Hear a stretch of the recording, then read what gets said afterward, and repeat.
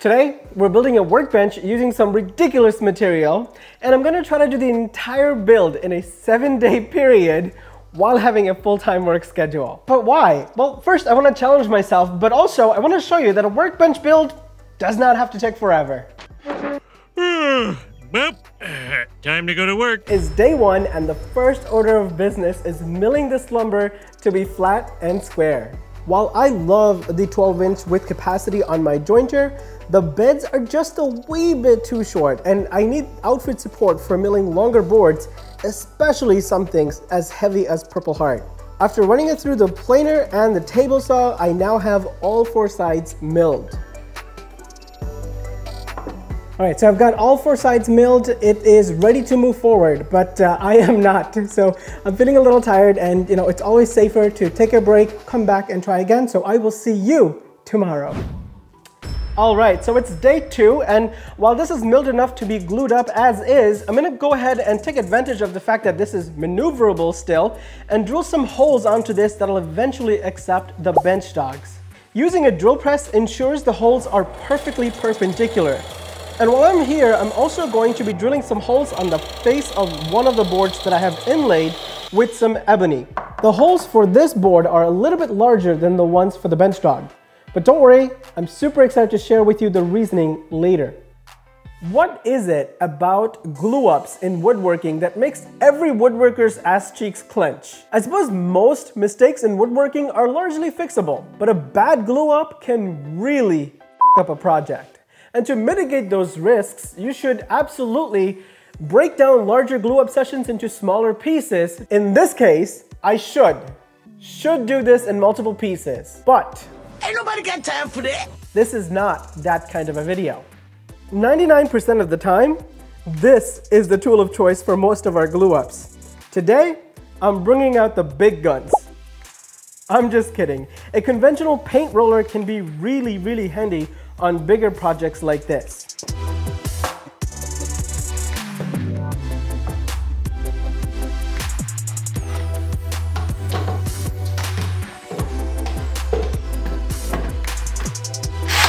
With all of the clamps in place, it is time to call it a night. Well, good morning. Actually, it's in the afternoon. My father-in-law and I took the day off to go fishing.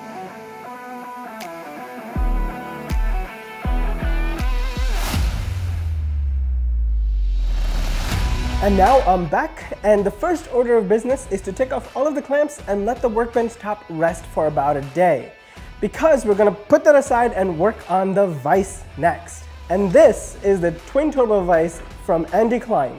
And while this vise took forever and a half to get here, the wait is so much worth it because it is absolutely gorgeous. For the wood, I'm using Wengi.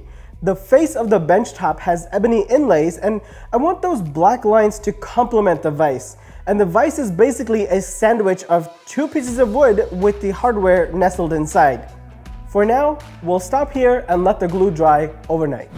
So the glue has had 2 full days to dry and harden, and because we started with decently milled lumber to begin with, I think it might actually be flat enough such that we don't have to do any post-glue flattening with something like a router flattening jig, for example.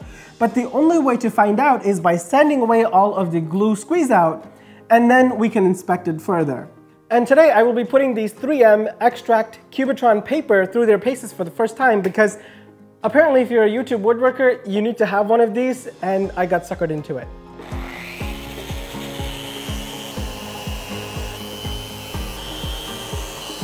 This is an 80 grit, and I was using the Rotex mode on my sander to be able to get this down from the rough state into the finish that you see currently. It took me 15 minutes and 2 pieces of paper to get to this state. But if you look at this paper, it's still in remarkably good condition and has, I would say, plenty of life left in it. So, man, as a longtime Festool granite product user, this is starting to be pretty impressive for me so far. And to actually test the flatness of this thing, I used this precision edge along with a feeler gauge, and the lowest spot I was able to find is 6/1000 of an inch. For something that's made out of wood that's going to change dimensions seasonally, I think 6/1000 of an inch is plenty good, for me anyway. But There are some limitations to this. It might be difficult to tell if there's a twist diagonally from the entire tabletop. So you would take a piece of fishing line, preferably the thinner ones the better, and you would put 2 pieces of fishing line diagonally, pull it nice and tight, and then clamp it down. Where those 2 lines cross, those 2 lines should be trying to occupy the same space. And if they are, there's a very good chance from corner to corner, there's no twist in your entire tabletop. And that appears to be the case here. So really all I need to do is do some fine sanding, move forward, and call it a day. Today is all about the vase. And because I love the marriage of wood and metal in my projects, I wanted my workbench to reflect that in some way. So I decided to make the entire base out of metal using some 3x3 steel tubing, chopped it up into pieces, welded it together into a frame that kind of resembles a base that is suitable for a workbench like this. So funny enough, the workbench top is actually the flattest, best reference surface that I have in the shop right now. So even though this is not the intended purpose, I am already putting it to work before it's built because I want to make sure that the base is welded together and is coplanar, and this is doing a fantastic job of it so far. Well, so today is day 7, and I was going to wrap everything up, but then it occurred to me that this project has been going smoothly, like a little too smoothly for comfort. So I was bound to make a mistake somewhere along the way, and I discovered it today. This is fine. I'm okay with the events that are unfolding currently. The problem is this stretcher at the top. While it pulls everything together to make a much more rigid structure, it also interferes with the vise. So I have no choice but to cut it out, and I could re-weld it at a lower position, but honestly, there's plenty of strength in this structure as is, so I'm going to leave it that way. With a couple of coat of paint and the casters attached, we can move away from the base and work on the top. Because the top is 5.5 inch thick, it's very challenging to be able to cut this with any conventional tool available to woodworkers. And of course it's heavy, so it's hard to maneuver as well. The only tool that I have is a 6.5 inch circular saw, and it doesn't provide enough depth to really cut all the way through if you cut from both ends. But I'm going to try to do the best I can anyway, trim the rest of it off using a Japanese pole saw, and then sand everything to flush. It's not perfect, but in a pinch, it gets the job done.